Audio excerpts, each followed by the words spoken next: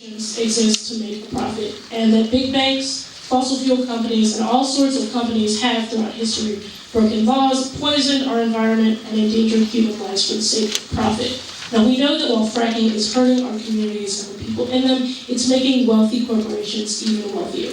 But the only way to ensure that corporations are going to follow the law and protect us and our environment is to make it more expensive to break the law than it is to follow the law. And that's a problem with these rules. The rules drafted by the IDNR contain very minimal fines on corporations for very serious violations of human and environmental safety. Fines start at a token $50 per violation and only go up to $2,500 for a violation. It's in section 245.200. I am a student at the University of Chicago. I work part-time. I make about $400 a month. When I get a ticket for violating rules in Illinois, like a parking ticket for $135, that is more than a fourth of my income.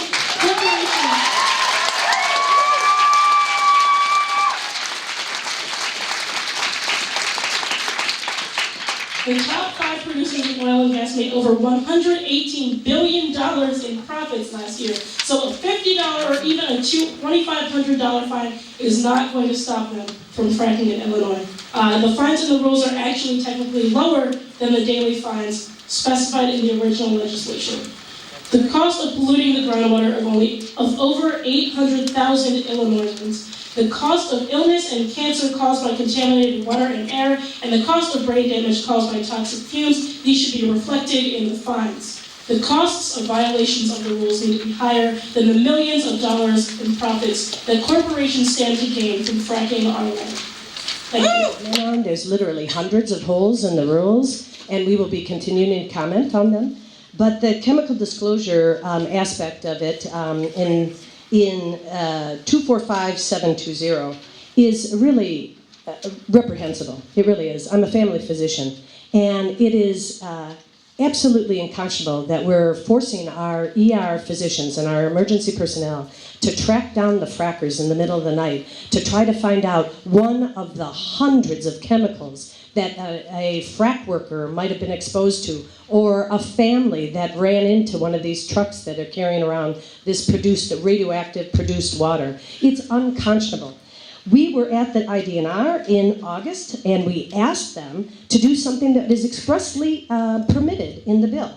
In the Public Act, in Section 177, it says that the department can furnish, under the claimed secret aspects of it, of the chemical disclosure, they can furnish the entire amount of the chemicals to county public health directors, emergency managers, fire department chiefs, directors of the Illinois Department of Public Health. So right in the act, the department could transfer the responsibility for the chemical disclosure to the Illinois Department of Public Health. We recommend that. We have talked about this with Dr. Hasbrook and Dr. Gill. We've talked about it with Director Mark Miller. We highly recommend that you transfer the entire responsibility of chemical disclosure to the Illinois Department of Public Health, as it says so in the Act. Thank you very much. Attorney General has long-standing and significant concerns about large-scale hydraulic fracturing in Illinois and its potential impacts on the people of our state.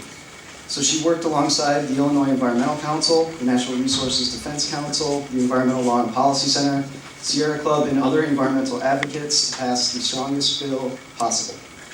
Attorney General Madigan fought to ensure that Illinois developed a rigorous set of requirements to govern high-volume fracking. These requirements were urgently needed because prior to the Hydraulic Fracturing Act being passed, there were no regulations specific to the practice in Illinois. Now the Department of Natural Resources is developing regulations to implement the Act, which is a necessary and important step, and the subject of this evening's hearing. The Attorney General believes that the Department has put forth many helpful clarifications and useful details in the proposed rulemaking. However, there are numerous areas in need of revisions to ensure that the proposed regulations properly reflect the language and intent of the Act. Our office will discuss our concerns in detail in the form of written comments, which we will submit by January 3rd. For purposes of tonight's hearing, I would just like to highlight a portion of those concerns. First, The Act contains an important tool for citizens, municipalities, and enforcement agencies to use in the event of water contamination.